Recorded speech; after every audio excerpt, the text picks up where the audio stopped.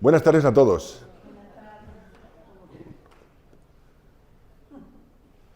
Muchas gracias por venir. Buenas tardes otra vez. Es que tengo que esperar un poquito para que empiece a grabarse bien. Muchas gracias por venir a este evento del Club de Ciencia Boadilla. Para quien no nos conoce, porque veo algunas caras nuevas que no nos conocen probablemente, el Club de Ciencia Boadilla es una asociación sin ánimo de lucro, situado aquí en Boadilla del Monte. Somos actualmente 117 socios y organizamos eventos todos los meses para la difusión de la ciencia en general, entre nuestros vecinos y entre todo el público que viene de otros municipios. Todos los meses hacemos al menos una actividad abierta al público, como es esta conferencia, es decir, no hay que ser socio para venir, pero al mismo tiempo hacemos más actividades solo para nuestros socios.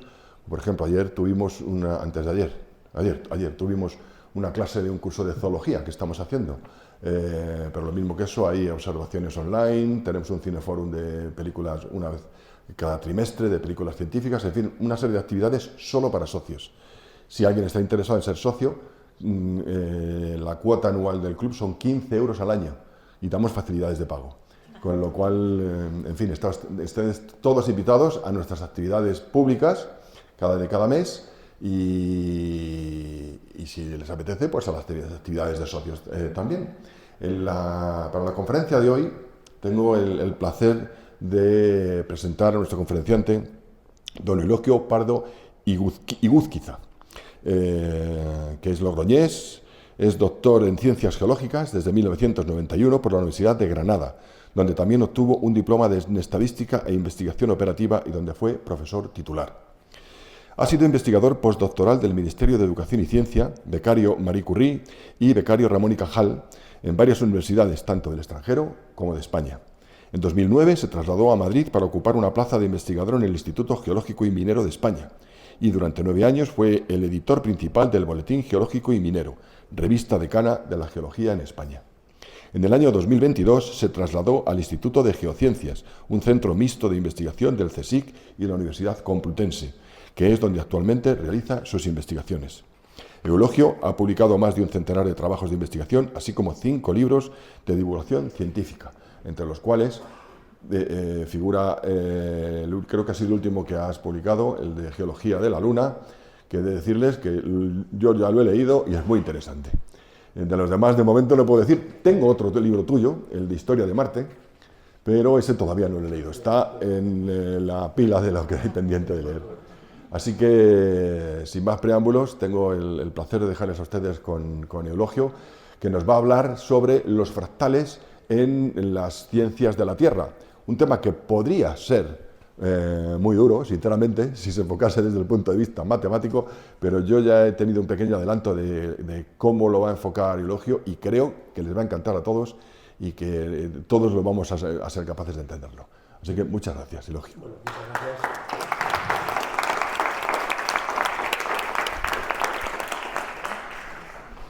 Muchas gracias, Eduardo.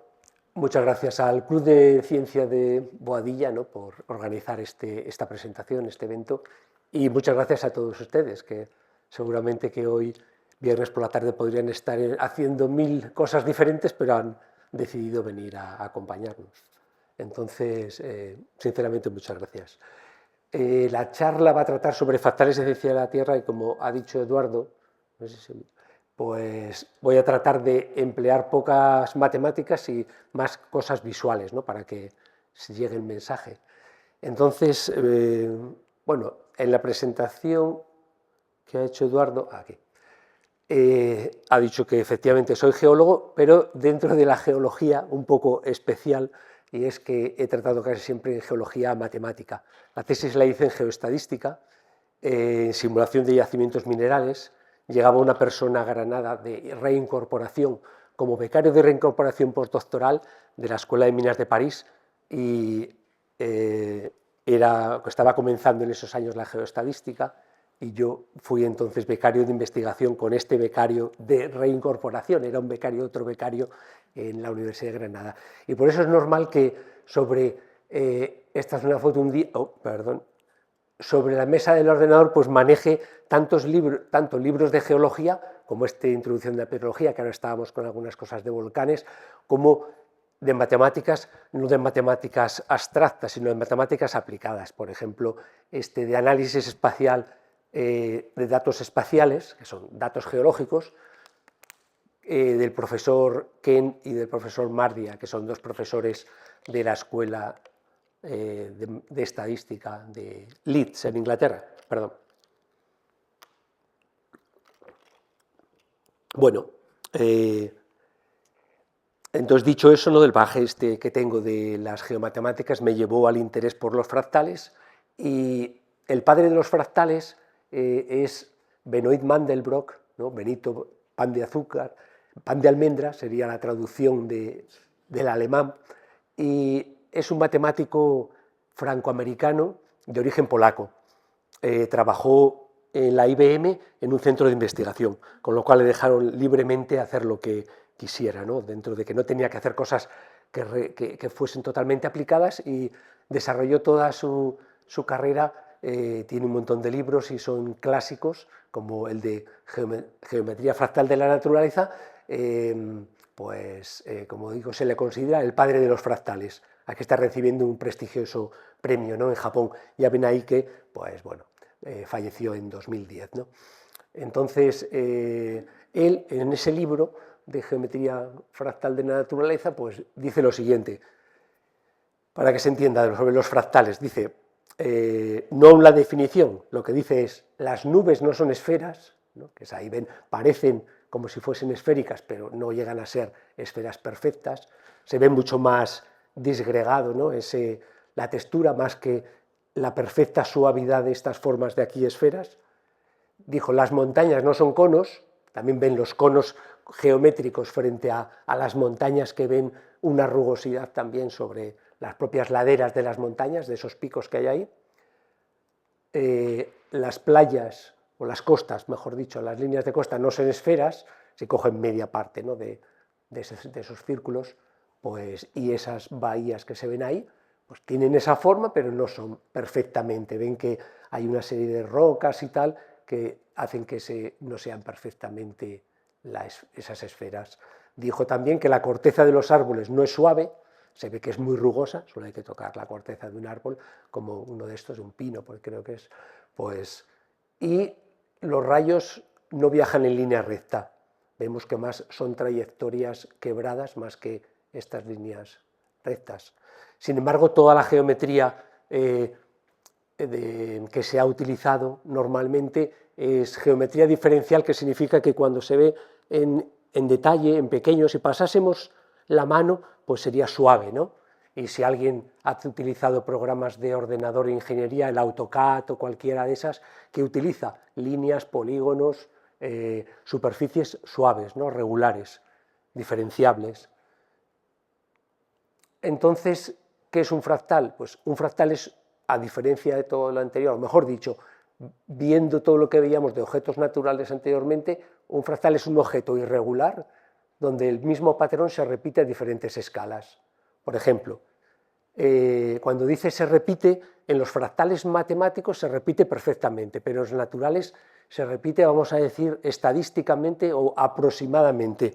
Por ejemplo, vemos que si yo veo bueno, esto es una serie de árboles, pero si tomo esto, pues parece que también aquí habría otros árboles.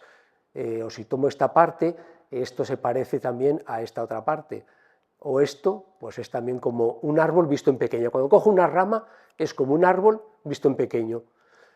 Es decir, que es el mismo patrón repetido a diferentes escalas, desde una escala pequeña a más grande, a más grande, a más grande. Como digo, en la naturaleza esto habría que tomar como, tiene el mismo patrón, se parece, ¿no? No que es exactamente igual, aunque se pueden en matemáticas con el ordenador generar fractales que serían árboles perfectos a diferentes escalas. Pero bueno, eso lo veremos después. Pero como digo, esta sí que es la idea básica de que es un patrón que se repite a diferentes escalas.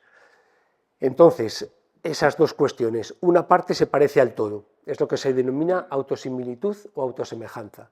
Ven aquí, esta parte es una ramita o una rama, se parece a todo el árbol. Y no hay un tamaño característico, eso es lo que se denomina invarianza de escala.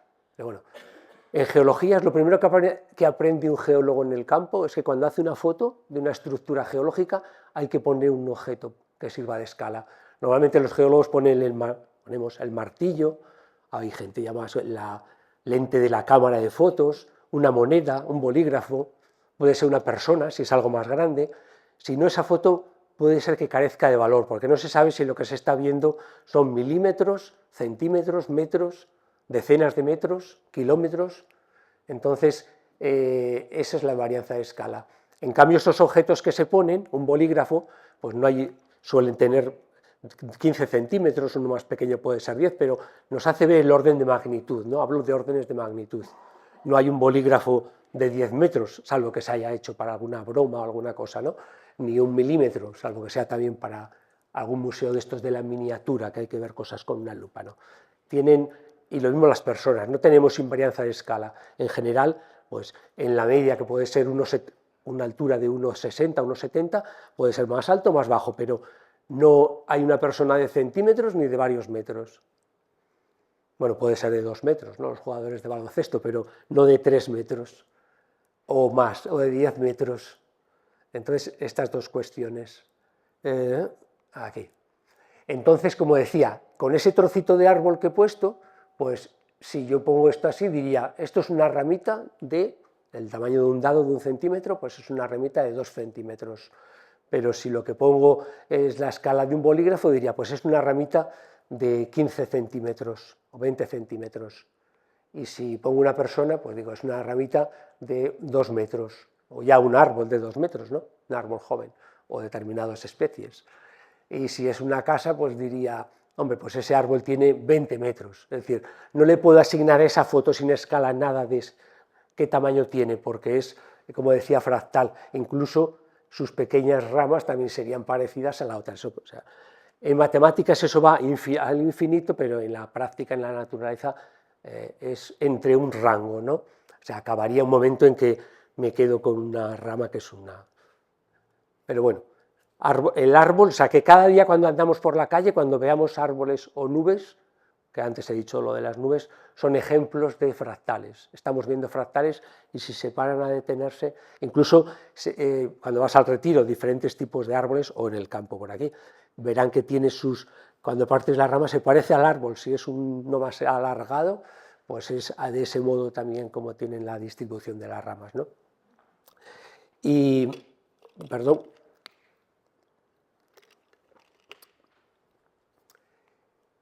Y también, quizá en el mundo biológico, el más conocido es esta brócoli romanesco, que es un fractal que nos comemos, el que le guste, ¿no? Las coles. Yo no le he llegado a probar, de hecho, porque para una vez que compré, no sé qué le pasó, estaba como... bueno, no estaba perfecta.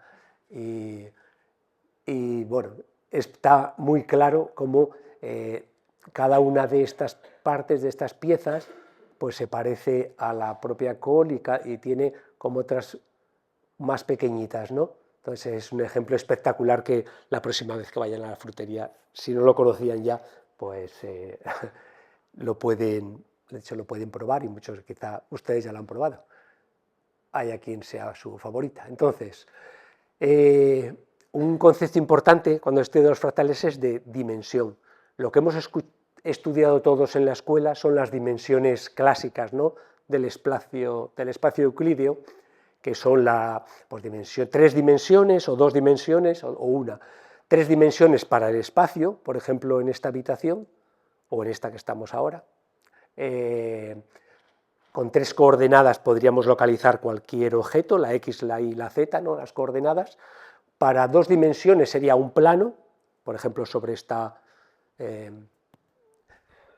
sobre ese stand, o aquí he puesto este espejo, ¿no? la dimensión X y la dimensión Y, y una dimensión, pues si yo esta parte de aquí de la ventana que donde voy a colocar, por ejemplo, pequeñas figuritas, pues podría, si aquí coloco el origen, podría localizarlas con respecto a ese eje solo con una coordenada, dimensión 1, la línea en definitiva, una línea dimensión 1, el plano dimensión 2 y dimensión 3 el espacio.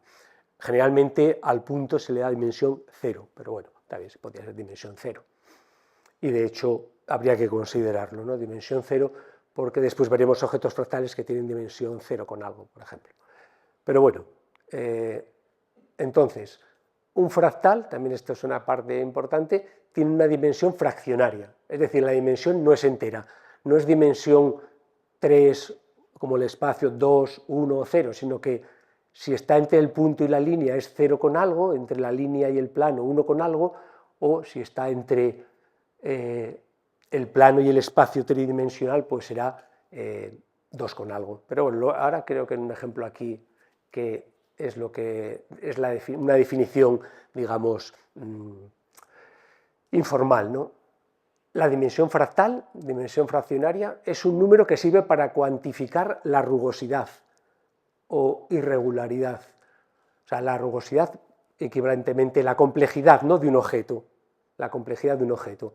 Y así ahí incluimos todo lo que he dicho antes del árbol, la nube, la línea de costa, el rayo, como línea recta que es quebrada, una cueva. Entonces, se puede pensar como un objeto de dimensión topológica, que es la dimensión que decía Euclidia 1, que rellena un espacio de dimensión, o de 1, de más 1, que es 2. O sea, por ejemplo, para ser específico, esta línea recta que tenemos ahí sobre el plano es de dimensión 1. Y el plano, que sería este aquí, el espacio rellenado, este sería de dimensión 2. Entonces, conforme la línea recta se va haciendo más rugosa y además, como diríamos, incrementa su irregularidad, incrementa su complejidad, si se quiere, pues se va incrementando la dimensión fractal. O sea, esta línea lo que tiende es a rellenar el plano aquí, y se podría hacer más compleja, que va pasando por otros recovecos que no se ven ahí. Entonces, dimensión 1, dimensión pues 1 con 1, 1 con 4, aquí ya 2, ¿no? Por ejemplo, también sería entre un plano, tenía aquí una hoja, bueno, venía en la mochila y está un poco arrugada, tenía que haber tenido un folio perfecto, es un plano, ¿no? Un plano. Pero si ahora hago una bola, ese plano pues trata de rellenar el espacio, una esfera, pero claro, deja muchos huecos. O sea, que era un plano dimensión 2, una esfera, una pelota sería dimensión 3, pero esto se podría calcular su dimensión de alguna manera y pues saldría una dimensión de 2 con algo, ¿no? 2 con algo. Entre el plano 2 y la esfera 3. Y ahí entre la línea 1 y el plano 2, entonces esta noción de irregularidad, esta noción de complejidad, que es, como digo, sinónimos es para lo mismo, complejidad o irregularidad o rugosidad, porque si se tocase esa línea allí sería muy suave y conforme fuese tocando eso, si lo pudiese tocar diría, oh, es muy rugoso, ¿no? Me pincharía. Por ejemplo, se puede cuantificar en geología, pues la dimensión fractal nos sirve para cuantificar la rugosidad de un contorno, que puede ser la línea de costa, puede ser un contacto entre minerales dentro de una roca. Y entonces lo mismo, lo que decía, esto se parece casi que es muy suave, pues la dimensión fractal que han calculado 1,3. Aquí ya se incrementa a 1,10, 1,17 para esto, y más complejo todavía, o sea, con más entrantes y con más salientes, pues 1,23, ¿no? Aquí tenemos, por ejemplo, una nube, que decía también, muy irregular, ¿no? Una dimensión fractal, la que sea, pero que es un objeto que va rellenando de nuevo también ese contorno, el plano. Simplemente se ha hecho aquí, se ha pasado a binario, blanco y negro, para que vean mejor, y eso tomando un número, una escala de gris para hacer este corte de qué es blanco y qué es negro. Y entonces pues ven estos entrantes, estos salientes, incluso estas islas que quedan aquí, o lagos, según se quiera ver una cosa u otra, si esto fuese para visualizarlo, ¿no? Si fuese una isla dentro del mar que está en negro, pues la línea de costa verían que es muy irregular y que van quedando por aquí islotes, y aquí entrantes profundos porque es, como digo, muy irregular. Entonces, esto es lo que he hecho anteriormente, un ejemplo de plano rellenando el espacio, y el artículo, esto sobre todo que más se ha citado para el estudio de fractales como una introducción, es este que se preguntaba cuánto mide la costa de Gran Bretaña, ¿no? La costa de Bretaña. Entonces, es como decía, del padre de los fractales, de Benoit Mandelbrot, y simplemente pues lo mismo, cada costa él calculó, incluso aparece no solo líneas de costa, está aquí la costa australiana, que tendrá una dimensión fractal, la sudafricana, incluso la frontera aquí entre España y Portugal, ¿no? También la utilizaron porque en definitiva es también una línea rugosa que se puede considerar como una línea quebrada que se puede calcular su irregularidad. A las líneas de costa lo mismo. Por ejemplo, aquí ven la diferencia que hay entre la zona, entre la costa gallega, con las rías y tal, y la costa catalana, mucho más suave, ¿no? En el Mediterráneo, aquí en el Atlántico, y eso también tiene ciertas implicaciones geológicas, pero se puede calcular, de hecho, esa costa. ¿Cuál es la longitud de la costa gallega? Pues bueno, conforme vamos viendo más detalle, esto por ejemplo está tomado de Iberpix, ¿no? Que un programa del Instituto Geográfico Nacional donde tienen todos los mapas y se pueden ver a diferentes escalas. Entonces lo que dice, incluso después se pasa a la foto aérea, pues esta foto, lo que hay aquí representa lo que está en el cuadrado de la imagen anterior, ¿no? Entonces vemos aquí esto, sí, veo que aquí parece que es suave, pero cuando lo amplío de nuevo veo que es muy irregular. Y si cojo este trocito, pues fíjense aquí también, ya ni siquiera a esta escala se cartografía estos entrantes y estos salientes. Y si cojo este trozo de aquí, pues de nuevo, ¿no? Veo estos entrantes y estos salientes. En definitiva, ¿cuál es la longitud? Podría coger este sistema de calcular la longitud. Cojo una regla, por ejemplo, de lo que, bueno, depende de la escala del mapa, pero cogería un segmento, que aquí representa ese segmento 28 kilómetros, este de aquí, y entonces, pues bueno, entre dos puntos voy y mido cuántos segmentos necesito, y me sale 5, luego 140 kilómetros. Obviamente he ignorado la irregularidad esta, porque esa irregularidad la voy a considerar conforme utilice una escala más pequeña. Entonces aquí con 14 kilómetros necesito 12 de esos segmentos, luego ya mide 168 kilómetros. Y si se va procediendo de ese modo, pues resulta que va incrementando sin límite la irregularidad, ¿no? En teoría incluso se puede llegar hasta infinito porque llegarías a que necesitarías un microscopio, después un microscopio electrónico para ver cosas más pequeñas y cada vez iría con entramados más. Luego aumenta y aumenta y por eso ¿cuál es la longitud de la costa? Se preguntaba en el artículo anterior y es que según esa irregularidad la costa llegaría a ser infinito. En la práctica, ¿qué ocurre? Que si por ejemplo se necesita hacer una estimación para un tipo de aplicación, por ejemplo porque se va a poner una valla, pues el hecho de que la distancia entre los postes de esa valla sea, por ejemplo, 5 metros, pues ya hace que se ignore la irregularidad que haya cada 5 metros, ¿no? Y en ese momento ya tiene un tamaño finito, pero si después cogemos una valla de 2 metros, o sea, de poste a poste 2 metros, pues ya no iría justamente igual, sino que a lo mejor, si se va siguiendo lo que es la costa, pues hay que utilizar, o se utilizarían más metros, ¿no? De hecho.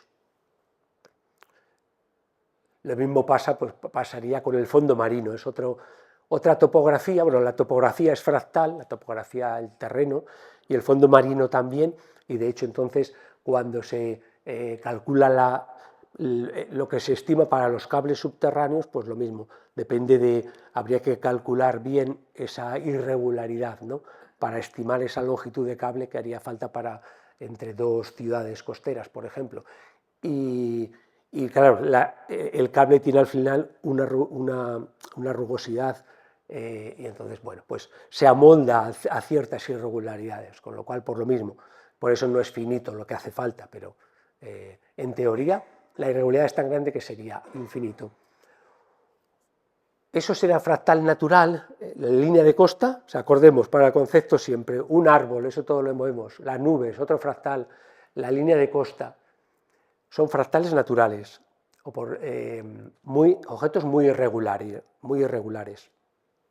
Un fractal matemático, los fractales matemáticos, aquí hay uno, estos se generan por una aplicación muy simple, que es repetir algo muchas veces, o sea, que surgen realmente por cosas muy simples. Este se llama, este de aquí, un cubo o esponja de Menger, ¿no? O Menger.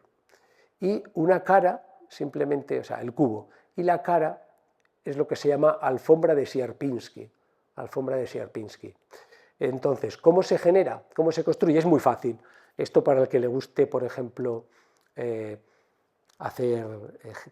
hacer jerseys o algo, puede hacer uno muy chulo para algún familiar, ¿no? Si quiere, incluso le puede poner la dimensión fractal. ¿Cómo se haría? Entonces, la primera operación es la siguiente, el primer paso, simplemente dos líneas, dividimos en 9 partes, pero ¿cómo se divide ese cubo en 9 partes? 2 líneas paralelas, aquí verticales, y 2 líneas horizontales. ¿Lo ven, no? 2 líneas verticales, 2 líneas horizontales, y lo divide en 9 partes. Este es el paso 1. De hecho, tampoco hace falta, si no se quiere, ni siquiera que estén perfectamente equidistos, o sea, que tengan esta misma distancia, pero bueno, si la tiene queda más simétrico así. Y para que salga una dimensión fractal real es mejor, me refiero correcta, la que vamos a decir ahora pues es así. Entonces, primer paso es esto, o sea, esta operación bueno, la podríamos llamar como de rayado, ¿no? Rayamos así y así. Y en el segundo paso sustraemos quitamos, es como si lo quitásemos el central.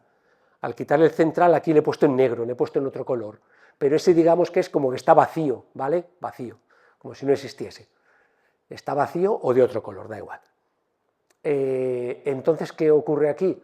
Ese proceso hay que repetirlo infinitas veces, o por lo menos varias veces. ¿Qué me han surgido? Me han surgido ahora 8 cuadraditos. O sea, 8 réplicas del original, que era este. ¿Lo ven?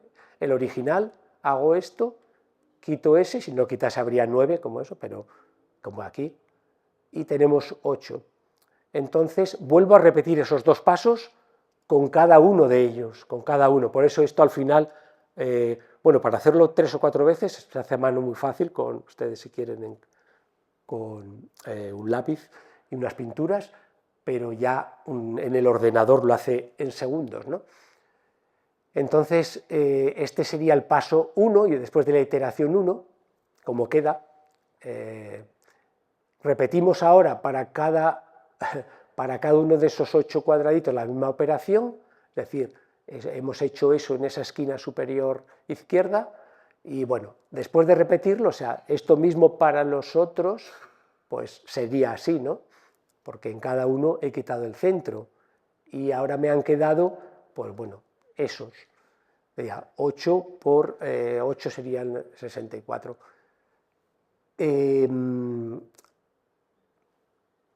Entonces, repetiría la misma operación para esto, para cada uno de esos. Haría el raya para cada uno pequeñito. Y bueno, después de repetirlo, estos son después de 3 iteraciones, es lo que decía que quedaría un patrón. ¿Y cuál es la dimensión fractal? Bueno, pues como se podrá ver después si acaso cómo se puede calcular o razonar, pero es logaritmo de 8, que es 8 eran las réplicas que se obtenían, las réplicas, dividido por logaritmo de 3, que era la escala que se utiliza, porque ven que se divide en un tercio, estaba aquí, ¿no? Se divide, o cuando hacemos esto, en 3 partes, o sea, la escala es un tercio. Si lo hubiese dividido en 2 sería un medio y me aparecerían 4 cuadrados, o sea, se puede utilizar cualquier número. Pero para este en concreto, que es el de la alfombra de Sierpinski, es 8 y 3. 3 la escala, 8 el número de objetos que aparecen nuevos en cada paso. Entonces, es 1,89, es decir, lo que igual que hemos visto antes que la recta 1, la recta quebrada iba a rellenar el plano y era 1 con algo, pues aquí 1,89 es esa dimensión fractal, va rellenando el plano, ¿no? Se va haciendo cada vez, como ven, hay más negro, más con huecos, pues es el que daría teórico. Habría que seguir haciendo el proceso, ¿no?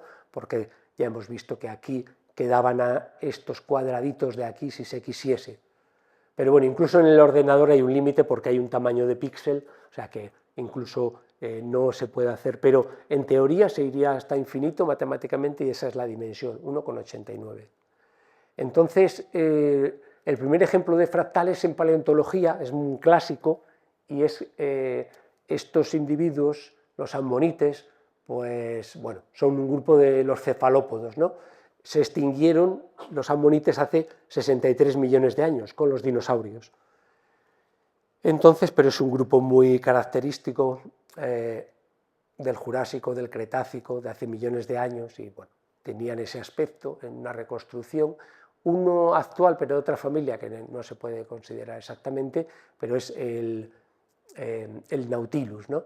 Entonces, bueno, cuando crecen se van formando nuevas cámaras y la separación de una cámara con otra es lo que se denomina, bueno, es un tabique, pero que se denomina septo en el argot paleontológico, pero entonces la unión de este septo con la pared de la concha, pues tiene o es muy irregular, como se puede ver aquí, ¿no?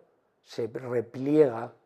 Esta es la parte, como digo, de lo que sería la unión de ese tabique con la pared.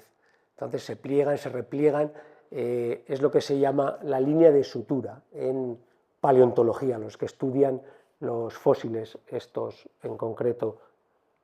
Y lo que se ve a lo largo del tiempo geológico es pues, de que esta línea de sutura se va complicando, se va haciendo cada vez más compleja. O sea, esto es de hace 400 millones de años, tienen aquí, en el Pérmico, hace 200 millones de años surge esta otra, más compleja, que es la ceratítica, y después la ammonítica, que es esta otra mucho más compleja, ya hasta que, bueno, hace 66 o 63, depende, o 61, depende de los que se considere para ese límite donde se produjo la extinción. Entonces, ¿por qué se produce? Bueno, eso los paleontólogos han calculado la dimensión fractal por el método que decía anteriormente, como hemos hecho con la costa de Galicia, utilizando, por ejemplo, una regla con segmentos cada vez más pequeños. Ya habrá procedimientos, me imagino, por ordenador que eso lo haga automáticamente. Entonces, se supone que lo que se ve es que va aumentando con el tiempo geológico, o sea, cuando eran más antiguos, esa dimensión fractal es más pequeña porque decíamos que era esa sutura goniatítica que era muy simple, y conforme va aumentando, se van haciendo más modernos, va incrementándose esa profundidad. Y bueno, ¿a qué se debe eso? Bueno, pues generalmente se cree que, en principio se decía que era porque necesitaban alcanzar profundidades mayores. Entonces, para no implosionar, pues eso suponía más resistencia. La idea es esa, de más resistencia. Ahora, no se sabe, podía ser, es una ventaja evolutiva. Si alcanza más profundidades, pues se puede escapar de depredadores, por ejemplo. Otras para tener, dice también, para tener una aerodinámica más, o sea, conchas más delgadas, aunque el cuerpo sea mayor, y eso también le da una aerodinámica especial para escaparse. O incluso, una de las últimas, este señor, bueno, esto llegó a ser muy grande, también necesitaban, fíjense, de tamaños de 1,44 metros, este es el mayor, 1,80, aunque creo que es la misma especie, pero bueno, una tesis de 2016, creo que es de un investigador argentino, pues lo que ya dice es que esta línea de sutura les permitía tener una concha más liviana pero muy resistente, o sea que cuando les mordía otro depredador, pues no se quedaban ahí como un caracol, ¿no? Que se chafa. Una cuestión de los fractales y su aplicación los paleontólogos, como digo, han hecho muchos trabajos sobre esto. Bueno, dicho esto, quería comentar que en general se consideran dos cuestiones sobre los fractales. Una es la dimensión fractal, la geometría de un objeto, que es lo que hemos visto hasta ahora, objeto fractal, muy irregular, una nube, un árbol, etc. Pero también eso mismo da pie a otra cosa que es la distribución fractal. Quizá hayan oído hablar de la ley, la distribución gaussiana de errores, por ejemplo, la campana de Gauss, la que da la probabilidad de, bueno, depende a lo que se ajuste esa ley. Pues en estadística, esta es una parte de estadística, que surge la ley potencial, el Power Law, la ley potencial que, por ejemplo, nos da la probabilidad de que algo, un evento, sea mayor que un determinado valor. Por ejemplo, esto es muy fácil porque es muy famosa en geología, geofísica, sísmica. Es una ley que se llama de Gutenberg-Richter, ¿no? Y lo que sería es qué probabilidades de tener un terremoto de una magnitud que la bastante mayor que 5, es algo que es bastante, se siente ya, ¿no? 6 ya bastante, 7, 8, lo que sea. Y entonces se ha demostrado los datos experimentales que se ajusta a esto,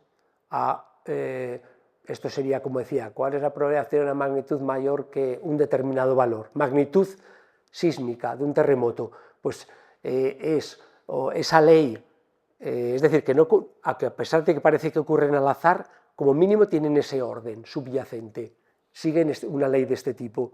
Entonces, hay aquí dos parámetros, A y B, que, bueno, el importante es el B, el exponente. Si se calcula o si se pone el logaritmo, bueno, aquí el logaritmo de un producto era la suma y el logaritmo de una potencia, esto pasa, el exponente pasa aquí, luego sale esto. Y esto es la ecuación de una línea recta, donde esto es la pendiente. Bueno, si no me voy a detener eso, no pasa nada, es, por ejemplo, está en la visualización que también son fractales, cosa como la distribución de terremotos, ¿no?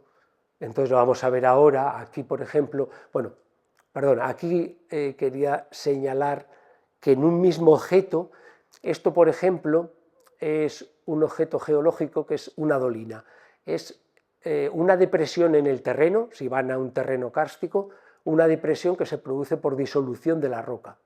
Esto es Sierra de las Nieves, provincia de Málaga, Parque Nacional ahora de la Sierra de las Nieves. Entonces, con la lluvia, esto está muy fracturado, pero por algunos sitios la lluvia penetra en el suelo más fácilmente, por ejemplo porque hay más fracturas o porque hay intersecciones de fracturas.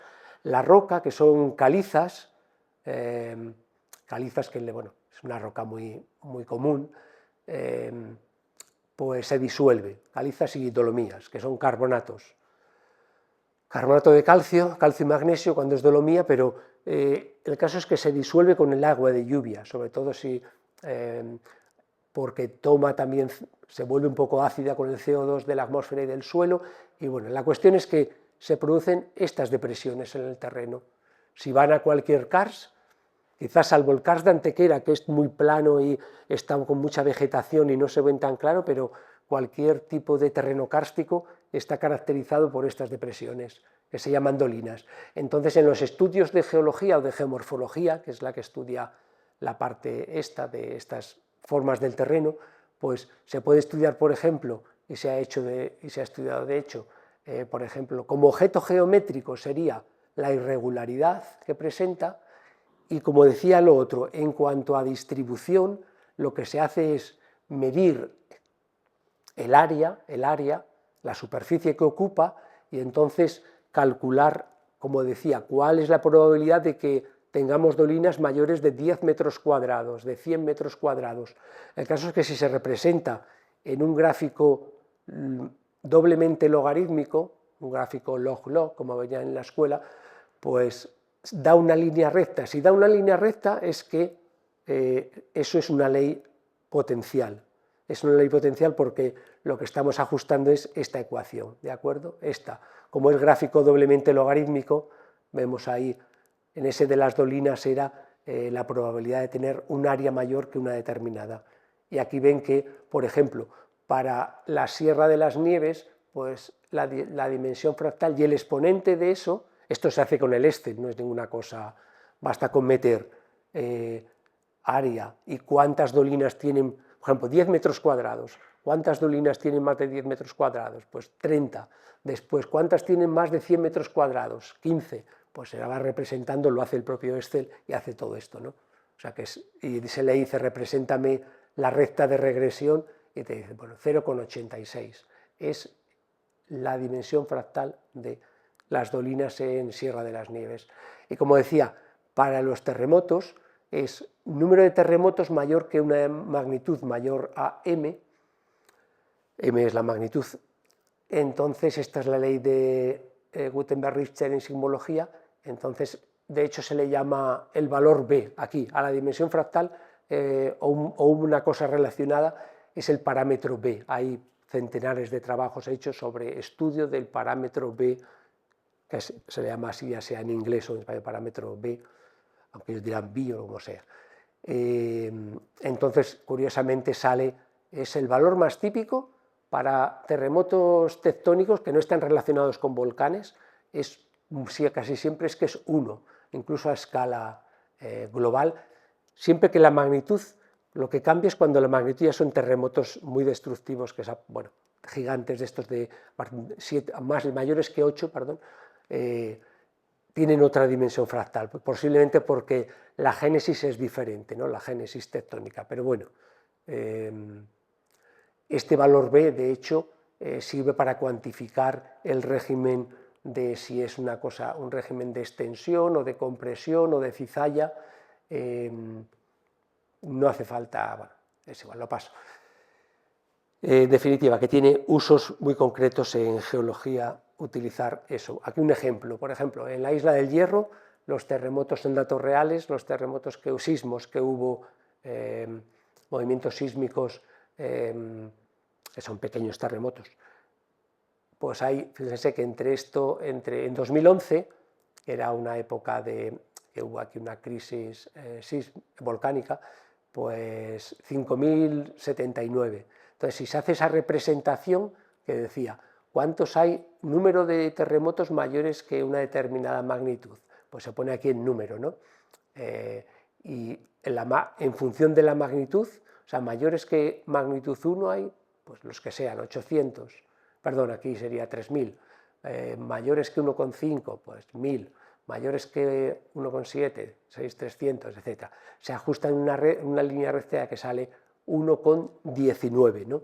Que si se aleja un poco de ese valor típico, ya digo que esto es más relacionados con actividad volcánica, y si vamos aquí, decíamos 1,19, pues ven aquí que es de extensión. Generalmente yo creo que eso estaba en la época no parecía que estaba en la parte del mar, no sé si que hubo un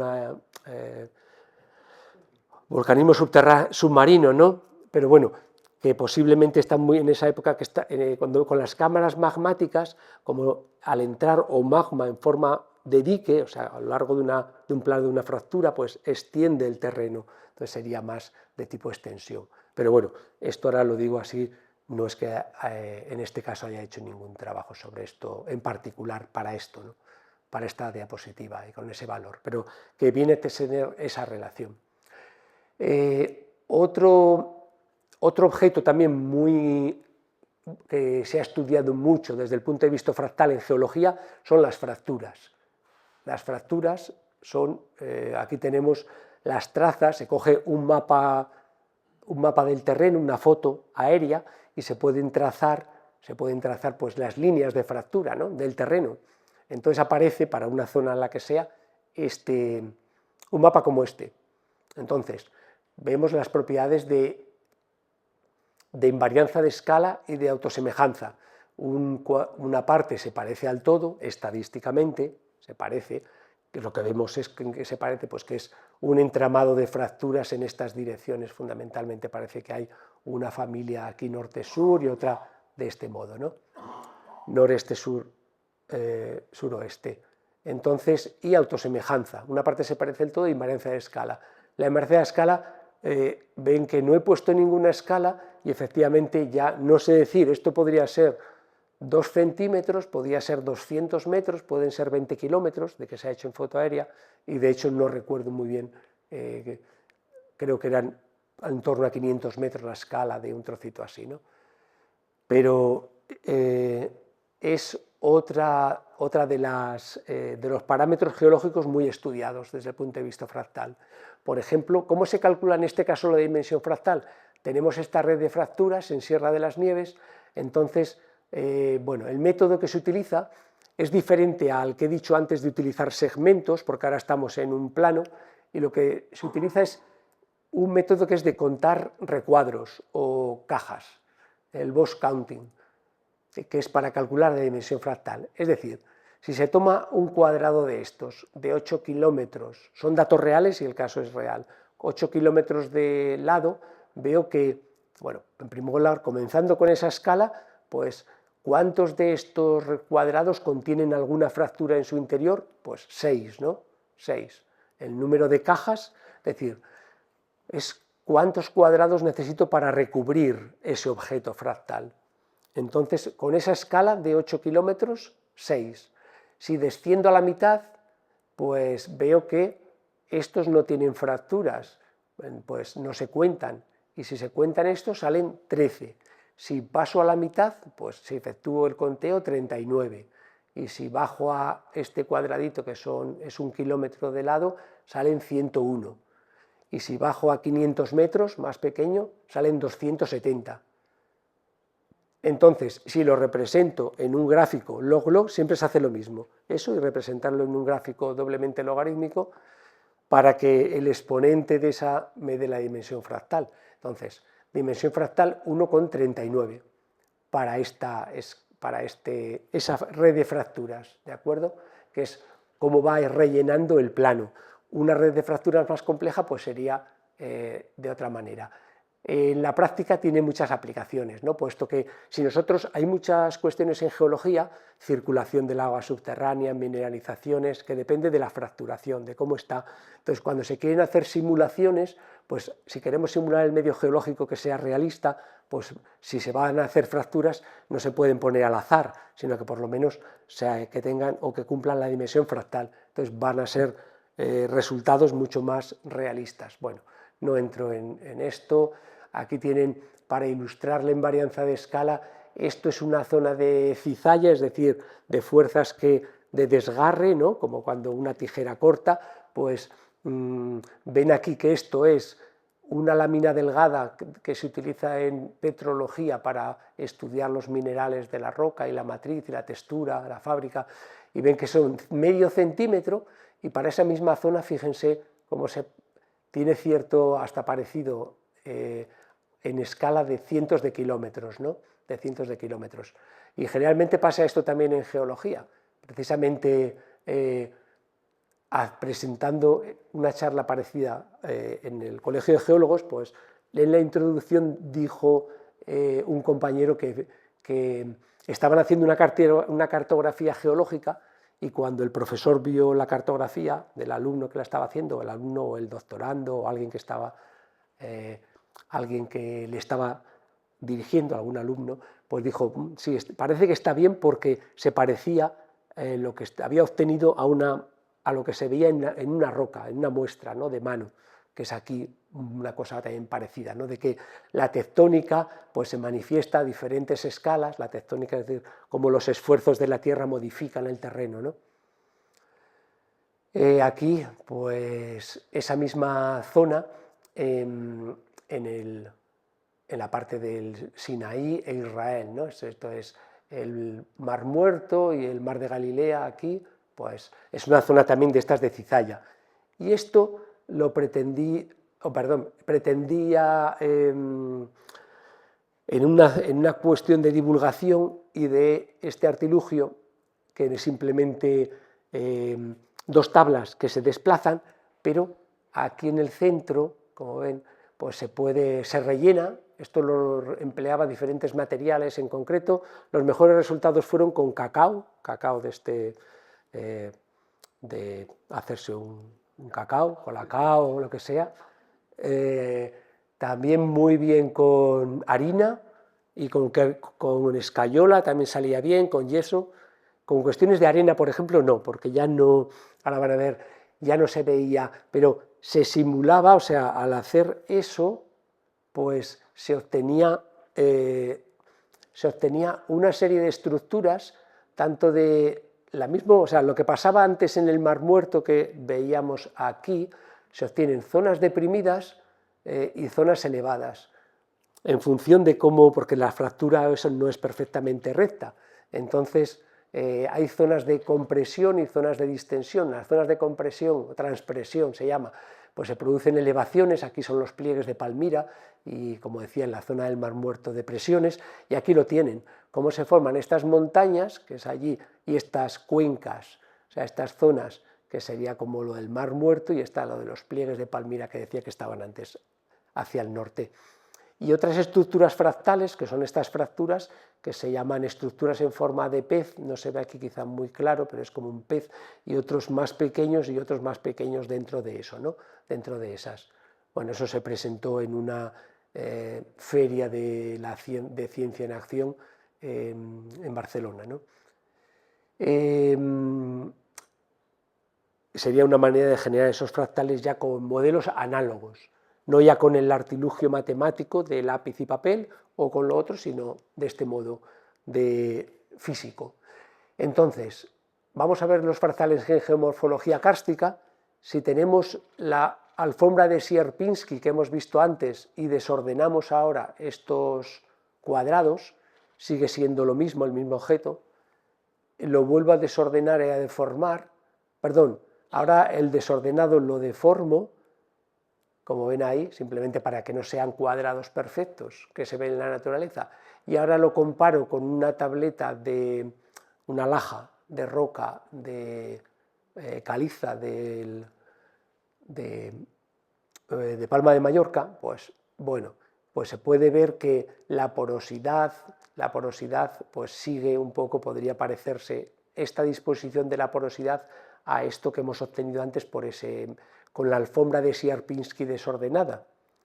Y es que efectivamente hay una gran relación entre la geomorfología kárstica y los fractales. Este señor Kurr pues mostró que los tamaños de cuevas, es decir, los tramos de cuevas delimitados entre una anchura determinada, ¿de acuerdo? Anchura determinada del paso, o sea, una cueva es una oquedad en el subsuelo por donde puede penetrar una persona, pues bueno, pues eso sigue una dimensión fractal que tiene un valor de 2,7, esta disposición que ven aquí para una cueva real. Y 2,7 es precisamente exactamente el valor fractal de la esponja de Menger. Es decir, que si se desordenase toda esta, pues podríamos simular perfectamente una red de cuevas. Si hiciésemos eso que hemos hecho en el plano en 3 dimensiones, de aquí, puesto que esto está conectado, ¿no? Esto pasa de este lado del cubo a otro. Luego sería como galerías, pero que están perfectamente ordenadas.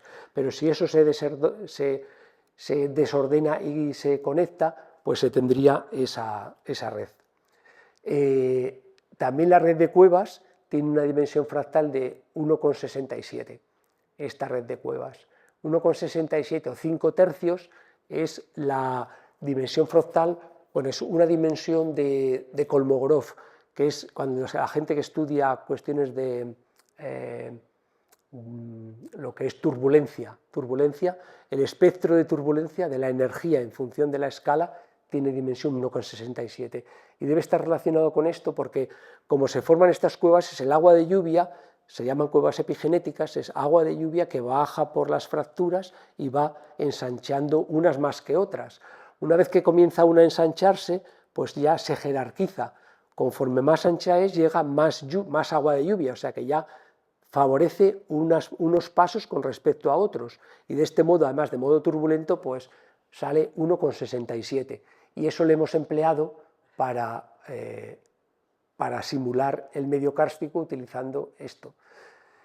Por ejemplo, en una red de cuevas, ¿por qué se parece con la red del metro de Madrid? Pues por este proceso de invarianza de escala y autosemejanza, la red de metro, la red de cuevas. Una, el transporte eficiente de viajeros, y otra, el transporte o el drenaje de agua en el subsuelo, también de modo eficiente. Entonces, pues la dimensión fractal, esta sale haciendo aquello que hemos hecho anteriormente del recuento de cajas, 1,79, y en cambio pues 1,47 la dimensión fractal de la red del metro. También este parecido geométrico se llama universalidad de los fractales. Cosas que físicamente no tienen nada que ver se parecen, el patrón espacial, ¿no? Se parece la disposición, de hecho se parece. Pero aquí, como vemos, el entramado es más complejo, pero claro, tiene mayor dimensión fractal, 1,77, 1,47. De hecho, esto es natural, es una red real en Francia de cuevas, y esto es la del Metro de Madrid. Pues claro, el Metro de Madrid, una estructura en primer lugar antrópica, y segundo, lógicamente no tiene sentido hacer, tiene un límite, no van a hacer un ramal de metro aquí entre cosas que están muy cerca, ¿no? Muy cerca. Entonces, la distribución de tamaño de dolinas en el CARS, hemos dicho que es fractal. Las dolinas, lo que he explicado antes, son hondonadas, hoyos, depresiones cerradas en el terreno, es decir, todo lo que llueve, depresión cerrada, es una cuenca endorreica. Lo que llueve entra aquí, bueno, primero se infiltra por las fracturas, pero lo que rebosase como escorrentía, como agua que corre por el suelo, entra aquí dentro. Es como un embudo, y ya de aquí pasa al subsuelo, ¿no?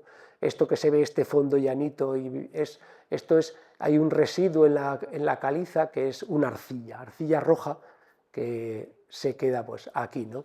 Es insoluble. Entonces la parte insoluble se va acumulando y forma esta tierra roja que se ve ahí. El modelo digital de elevaciones de Sierra de las Nieves, modelo digital de elevaciones, ya saben que es el moderno mapa topográfico. Es una matriz de datos. Aquí tiene 4.600 filas por 3.600, perdón, 4.600 columnas por 3.600 filas. Es del Instituto Geográfico Nacional. La resolución 5 metros, 5 por 5. Cada píxel representa en el terreno 25 metros cuadrados, 5 por 5.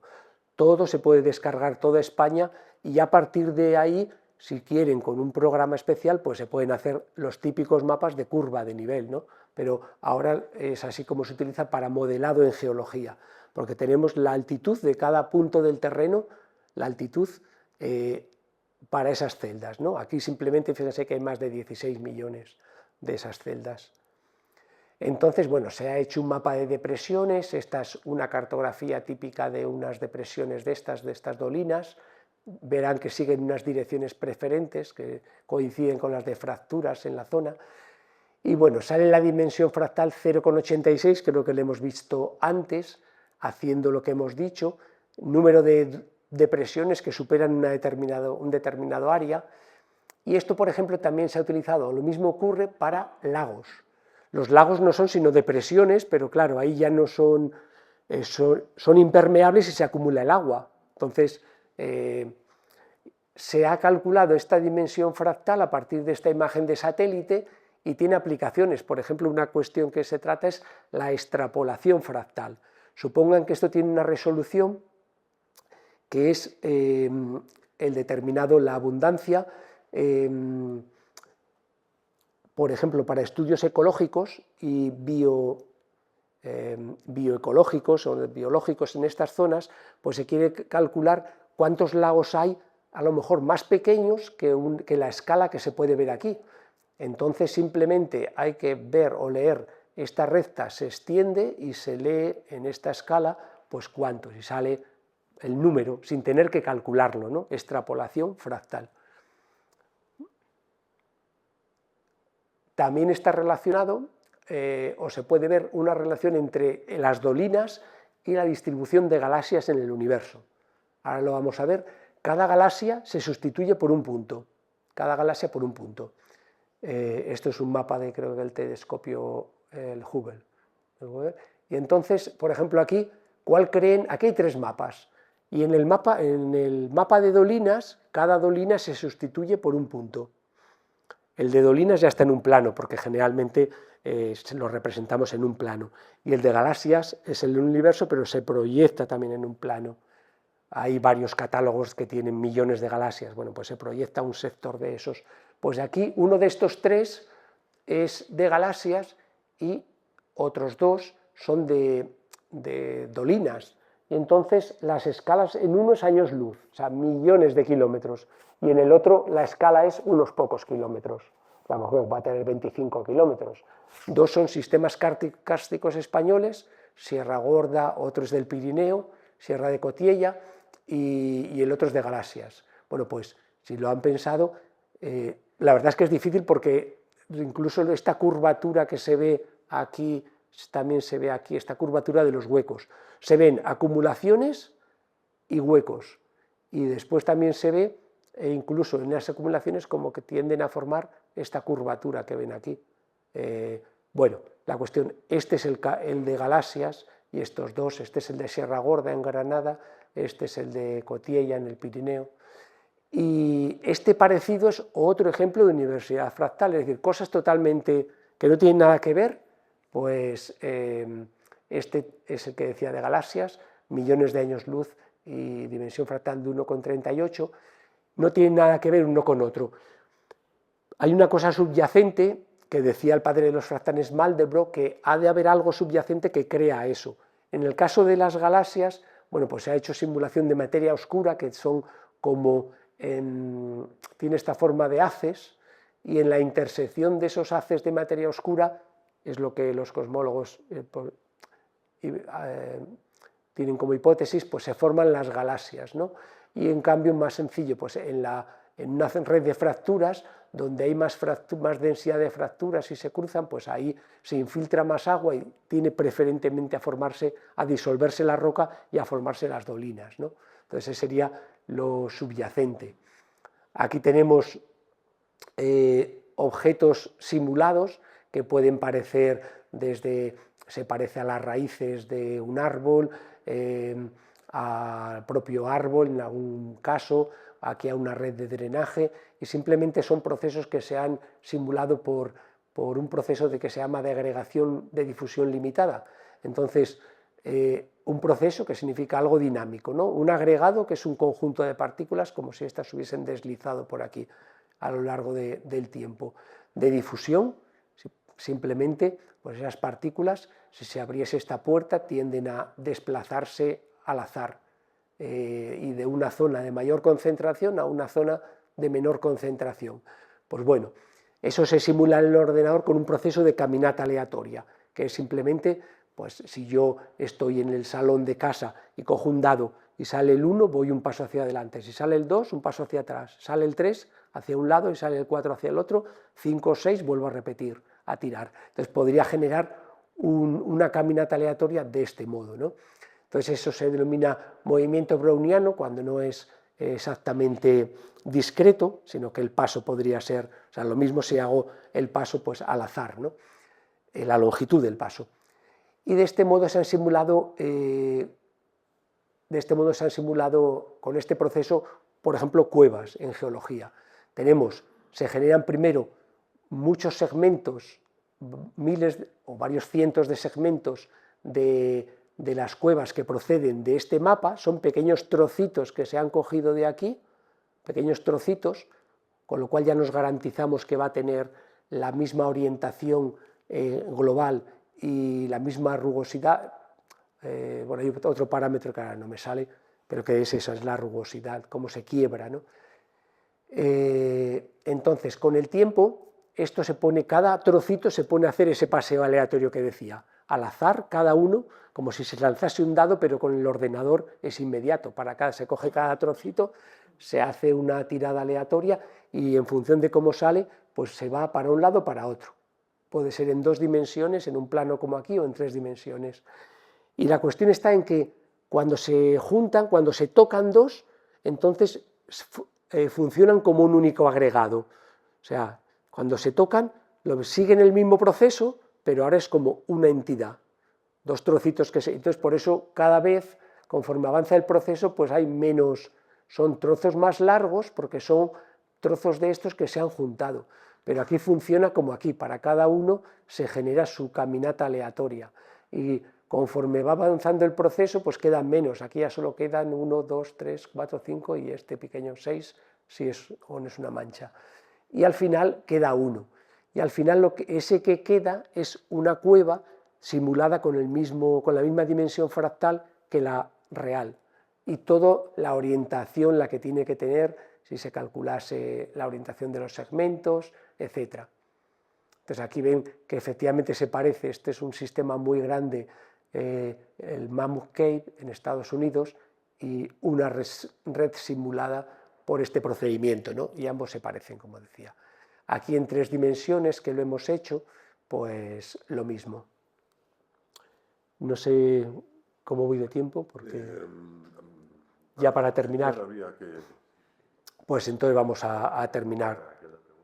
De acuerdo, pues voy a ir a pasar hasta, bueno, también la lluvia es fractal, voy a ir pasando, porque como decías había bastante cosas más, también la distribución de las facies en geología, por ejemplo, para un acuífero de cómo se transmite el agua es fractal, siempre veremos gráficos log-log, gráficos doble logaritmo y una línea recta. Vemos también campos simulados donde se incrementa la dimensión fractal. Ahora, en este caso hay que tener en cuenta que hay una escala que podría haberse dibujado en 3 dimensiones, ¿no? Supongo que ese color saliese hacia afuera, por eso la dimensión fractal está entre 2 y 3, y conforme se hace más complejo, más irregular, va aumentando esa dimensión fractal. Los contactos de minerales y rocas, incluso los flujos de lava también se han podido clasificar por esa dimensión fractal, que por ejemplo vale para cuestiones de estudio de rocas en Marte o de flujos de lava en Marte o en la Luna. Nos permite hacer ideas, puesto que allí no podemos ir de momento. En estratigrafía y sedimentología también las diagrafías de sondeos también son fractales. Paso las imágenes solo y muy rápido, pues lo que se llama ruido blanco, no se han oído para dormir, para los niños, ruido blanco, ruido rosa, el ruido marrón, el ruido de Kolmogorov, etc. Entonces son ruidos con diferente complejidad. Incluso una diagrafía, que es medir una propiedad geológica del suelo, en este caso la radiación gamma natural, pues tiene este aspecto. Aquí o es un error o ha cambiado la litología completamente un contacto. Entonces se podría parecer a uno de estos, incluso, pero no sé si le he traído, se podrían estos, si se coge un programa de sonido, se puede oír cómo suena un fractal, cómo suena cada uno de los ruidos, cómo suena una diagrafía de un sondeo, etc., ¿no? Bueno, en geomorfología era la dimensión fractal, se puede calcular para el terreno, que es lo que había dicho. En esto, bueno, fractales en geología planetaria, también hemos realizado estudios en Marte y a diferentes escalas. Uno era con un mapa para todo Marte o con escalas o con mapas de alta resolución, perdón, fotografías, ¿no? Y sus correspondientes modelos digitales. Se hace con la topografía, ¿vale? Pero también se puede hacer la dimensión fractal de una foto, por ejemplo. La dimensión fractal, en definitiva, bueno, esta es de esta, voy a terminar por aquí. Se puede comparar qué ocurre en la Tierra para los diferentes continentes y en Marte, no entro. Y las aplicaciones, bueno, caracterización de la variabilidad espacial en ciencia, fracturas en rocas, redes fluviales, lo que hemos dicho. La parte geológica un poco ya, así unas pinceladas ya he dado, pero por ejemplo, pues en medicina se ha utilizado para detectar células cancerosas y anomalías en imágenes médicas, ¿no? Puesto que esa rugosidad puede ser diferente, esa complejidad, y puede ayudar también a hacer el cribado de estudios en cáncer y demás, o en células que estén relacionadas con algún tipo de enfermedad a partir de imágenes médicas.